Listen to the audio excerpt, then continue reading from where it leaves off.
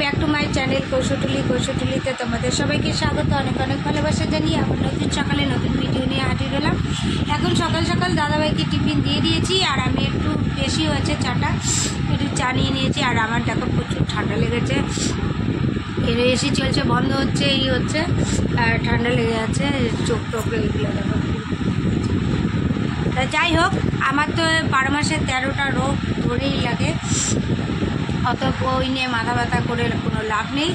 তা সকাল সকাল দাদাভাই বেরিয়ে যাবে, কেন কালকে ছেলের জন্য ছুটি নিয়েছিল, দাদাভাই যেতে পারিনি, আজকে দাদাভাই বেরোবে সকাল সকাল। আর সারা রাত্রি একটু একটু করে চিড়ি করে বৃষ্টি হয়েছে, তারপরে হচ্ছে মেঘও ডেকেছে। আর আমি আজকে কি আছে, এই ঠান্ডার মধ্যে আমাকে ঠান্ডা খেতে হবে। কি হবে, কেন ভাত ছিল সেই মঙ্গলবারের ভাত, তাই তো ওই ভাতটা তো কালকে তো আমাদের রান্না টান্না কিছু হয়নি, খাওয়া দাওয়াও কিছু হয়নি, তা ওই ভাতটাকে হ্যাঁ সোমবারের ভাত, হ্যাঁ সোমবারের ভাতটা। তা কালকে তো রান্না বান্না হয়নি, কালকে মঙ্গলবার ছিল, আজকে বুধবার, তা কালকে সেই খাওয়া হয়নি। তা ওই ভাতটা আমি আর ছেলে একটু জল দিয়ে ভালো করে ধুয়ে আবার ফ্রিজে রেখে দেবো, ফ্রিজেই রয়েছে। ওই ভাতটা আমি আর ছেলে একটু কী করবো, আলু ভেজে নেবো, ভেজে খাবো। আগে ভাত ফেলে দিতাম, এখন এই দাদাভাইয়ের চাকরি চলে যাওয়ার পর থেকে আমি বাসি বসি যা করে সেগুলো এই, তাই আমি বলছি, মানে যে কাজগুলো আমি কোনো দিন করিনি সেগুলো এখানে এসে সবটাই মানিয়ে নিতে হয়। এটাই হচ্ছে মেয়েদের ধর্ম, যে বিয়ের আগে একরকম রূপ থাকে, বিয়ের পরে আরেক রকম হয়ে যায়। সেটা আমাদের একমাত্র মেয়েদেরই ভগবান দিয়েছে, যে সব পরিস্থিতিতে মানিয়ে নেওয়ার ক্ষমতা, সেটা ছেলেদের দেয়নি, তাই তো, সেটা ছেলেদের দেয়নি। এটা আমি দাদাভাই অস্বীকার করলেও নিতে হবে, কেন সবাই সব কিছু পারে না, কিন্তু একমাত্র মেয়েরাই সব পরিস্থিতিতে মানিয়ে নিতে পারে, সব কিছুই পারে। যে আমি কোনো দিন পান্তা খেতামই না বাপের বাড়িতে, সেটা এখানে এসে আমি খাই, ফেলি না। যাই হোক, সবাই সংসারে সব কিছু করতে থাকে। আর চলো বেশি বকবক করছি না, সকালবেলা অনেক জ্ঞান দিয়ে ফেললাম। অনেকে ভালো থাকো, সুস্থ থাকো, আর ভালো ভালো পুজোর জিনিস কেনো, ভালো করে পুজো কাটাও, আনন্দ করো, খাওয়া দাওয়া করো, মজা করো, আর আমাদের মতো উল্টোপাল্টা খেয়ে যাও। আর কেউ যদি শরীর সচেতন থাকো তাহলে উল্টোপাল্টা কেউ না, তারা হেলদি খাবার খাও। আমরা তো আর হেলদি খাবার খাই না, আমরা বিরিয়ানি, পোলাও, মাংস এইসবই খাই। চলো আবার পরে দেখা হচ্ছে। কাটার 9টা বাজে, আর টিভি নিয়ে চলে আসলাম, ডিম পাউরুটি আর চা। এটা হচ্ছে আজকে আমাদের জলখাবার।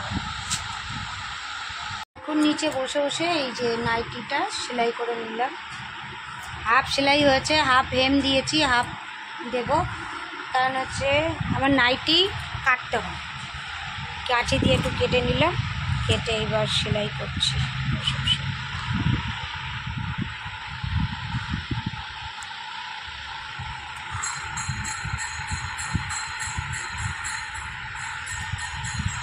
এখনও আলু ভাজা বসাইনি, পরে বসাচ্ছি, ভাত রয়েছে, শুধু তো আলু ভাজবো, পরে বসাচ্ছি। একদিন অমিতের অফিসে গিয়ে একটু চুলটা কালার করে আসবো, চুলটা পুরো পাকা চুলগুলো সব বেরিয়ে গেছে, কালার করে আসতে হবে চুলটা। দাদাভাই বেরোলাম,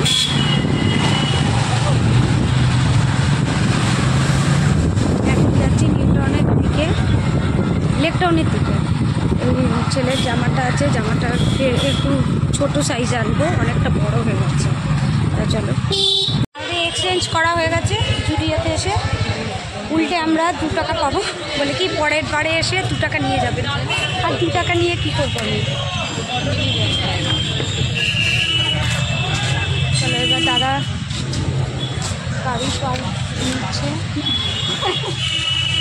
আমার একটু চিকেন নিয়ে আসলাম 250 গ্রামের মতো, একটু দিদিভাই পকোড়া বানাবে বলে, এখন কাটাকুটি করছে, পকোড়া খাওয়া হবে। কারণ কালকে যে দোকান থেকে পকোড়া কিনেছিলাম সেই দোকানটা আজকে বসেনি, ওই 100 গ্রাম 35 টাকা, তাই ভাবছি চলো একটু পকোড়া নিয়ে যাই, মা নিজে বানা। এখানে 250, আর এখানে আছে 250, এটা রাত্রিবেলা দিদিভাই বলছে তাহলে আর একটু 250 নিয়ে নাও, রাত্রিবেলা একটু ভাত আর মাংসের ঝোল হয়ে যাবে, তাহলে আর কিছু কিনতে হবে না। মাংসে আলু দেবো? না না, আর এক তরকারি ভাত তো, আলু দেবো? দিয়ে দাও একটা করে আলু। চলো দিদিভাই যখন করুক, আমি একটু আমার কাজটা করে নিই। টিফিনটা বানিয়ে দিই। হুম। এদিকে টিফিন নিয়ে আসলাম, চা, সস, পেঁয়াজ কোচা, আর হচ্ছে পকোড়া। ছেলের জন্য রেখে দিলাম এক বাটি, আর এটা আমি আর দাদাভাই খাবো। টেবিলের টাকা দে। ঘড়ির কাঁটায় এখন বাজে 10:30, আর আমরা খেতে বসে গেলাম। আমি অলরেডি খাওয়া স্টার্ট করে দিয়েছি। মাংসের ঝোল, ভাত ঝোল করেছিলাম, একদম কাই হয়ে গেছে, বসে গেছে। এই দাদাভাই খাচ্ছে এখন। সারাদিন তো ভাত পড়েনি ওর পেটে, তো বলে কি তাহলে একটু মাংস নিয়ে যাই, পকোড়া করো আর করো, চপটপ খেতে ভালো লাগছে না, ঘরে পকোড়া করো আর মাংসের ঝোল ভাত করো। তা ওকে একটু যখন মাংস করছিলাম তখন একটু ঝোল দিয়েছিলাম, ঝোল আলু মাংস দিয়েছিলাম, সেটা খেয়েছে। এই দেখো কাইট নাও ওখানে। তা চলো আবার দেখা হচ্ছে নেক্সট মর্নিংয়ে। ততক্ষণ পর্যন্ত তোমরা ভালো থাকো, সুস্থ থাকো, আর ভালো খাও, সুস্থ থাকো, আর আমাদের পাশে থাকো, সাথে থাকো, সাপোর্ট করো এইভাবে আমাদেরকে। আর সবাই পুজো ভালো কাটাক, আর কাটিও, আনন্দ করো নিজেদের ফ্যামিলির সাথে, বন্ধুদের সাথে, আর সাবধানে থেকো। পুজোর সময় বেশি অঘটনটা বেশি হয়, কিন্তু সেটা সাবধানে থেকো আর সবাইকে ভালো রাখার চেষ্টা করো। চলো, গুড নাইট, টাটা বন্ধুরা।